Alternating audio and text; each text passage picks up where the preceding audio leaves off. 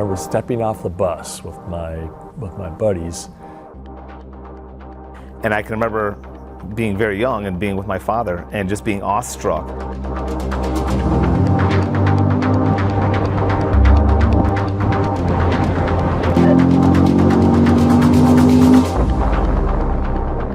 I looked around, here's this silver spaceship driving in.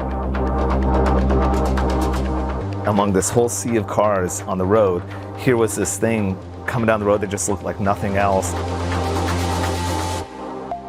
The one that sticks out in my head would have been the C4 Grand Sport. And it was a white C4 convertible.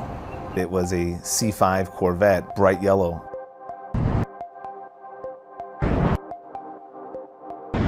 It's this awe-inspiring vehicle, it's an attainable vehicle, but it's also something that is born out of pure function. And quite frankly, by the time you get to 8, it's the full embodiment of what that is.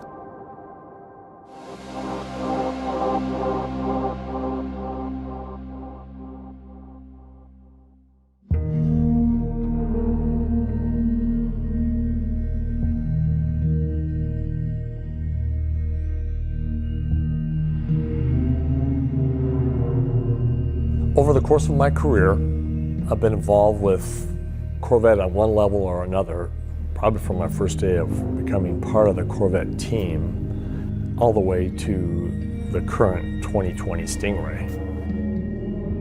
I became the director of design for Corvette for the 6th generation. And during the development of each of those, there were probably a few significant key design elements. Those are the heritage of Corvette. What are those elements throughout the years, whether it's proportion, surface, graphics, that you can identify and then distill down to their basic elements in a timeless way. Like, for instance, the fender shapes, the profile, the proportion really is big. We have this canopy on a lower fuselage like a jet fighter. That's probably the second element, is aircraft have been inspirational. And why is that? Because they're usually high performance, they're purpose driven, there's a singular mission for them, and it relates to Corvette beautifully.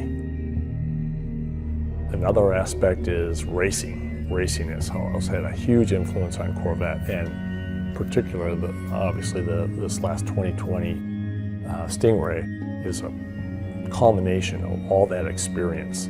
Well, the character that you see of the car, the design, is influenced by the functional aspects of the race vehicles.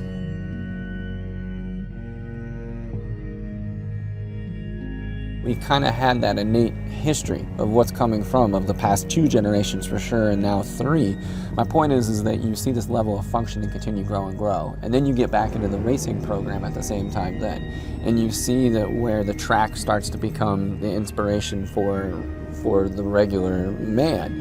And I think that's always been a beautiful part about Corvette, is that we're going to the track with this, we're doing our best to win. Obviously it's a shift in where we've placed a motor, but the reality is what caused that shift was what you saw grow from 4 to 5 to 6 to 7. We peaked out where we were at, and it was time to move on. And I remember clearly Tad Schechter, the chief engineer, saying, you know, we've optimized this platform as much as we possibly can.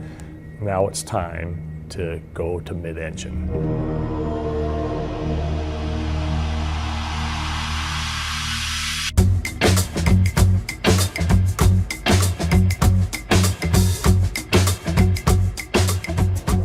The move of a Corvette from front to mid-engine, you could call it a risk, but for us inside of Design Center, it was something that's always been beneath the surface, and it's something that just never quite made it out of the gate. And since I've worked at GM, there were mid-engine Corvettes around.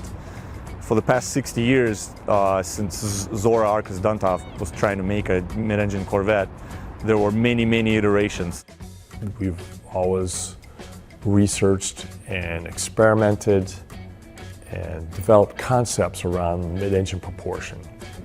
So it's almost like no wine before it's time, because it has been tried for years. it'd probably be like in a 2011-ish time frame where we started talking about the mid-engine again. We started having meetings as to what we would do with the package, what would we need for content, and we started scripting what we would like the mid-engine car to do at that time. As a designer, you don't often get to work on something that's new essentially from ground up. And this car is new from ground up. We had 3 full-size models, clay models, with a different theme on each side. We probably had at least 12 scale models. You know, a scale model we would develop for 2 weeks and decide, you know, was there merit to the design? If it didn't have merit, then we would just drop that scale. So we were constantly, you know, churning and reworking scales as we were looking for a lot of themes in that. By moving to the mid-engine layout, what that enabled as far as from a performance figures, as far as interior layout and visibility, going from the C7 Corvette to the C8, the 7th generation Corvette had kind of that arc of driver controls in front of you. And now we were taking it and literally kind of turning it on its side and making it really this 3-dimensional thing that you were sitting in. The difference of how extreme, how much lower the IP is, how much richer all the materials are, how much more sculptural and 3-dimensional the interior space is. I think that's going to be a really big takeaway and something that a lot of people aren't going to be expecting when they get inside of it. If you jump from a current Corvette C7 to the C8, the experience that the customer is going to get, when you start adding that all together, it's hard to look at going to a mid-engine configuration as a risk. It's going to take all those things that the front engine car did and just take them to the next level.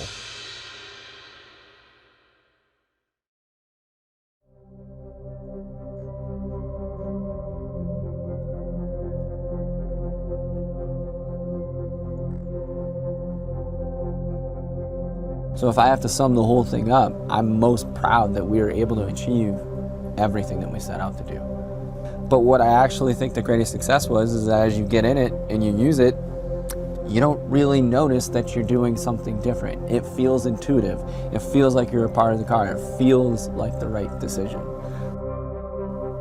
It's delivering something that would usually be almost seen as something so exotic or unattainable. It makes it where this experience can be yours. It makes it to a much higher volume of people that can actually have something and get behind the wheel and drive something that's going to feel completely like forbidden fruit, right? It's like, oh, you would have never thought you could get a car like that.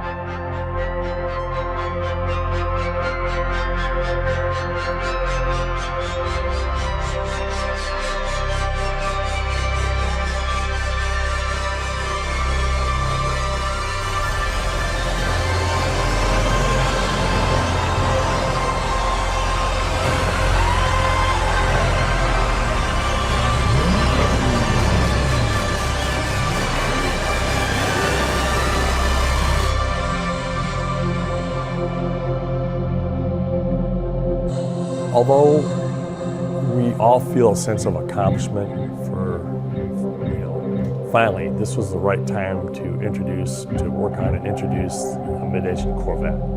But I'm here to tell you that that is just the tip of the iceberg. Just imagine where it can go from this point. This is just the beginning.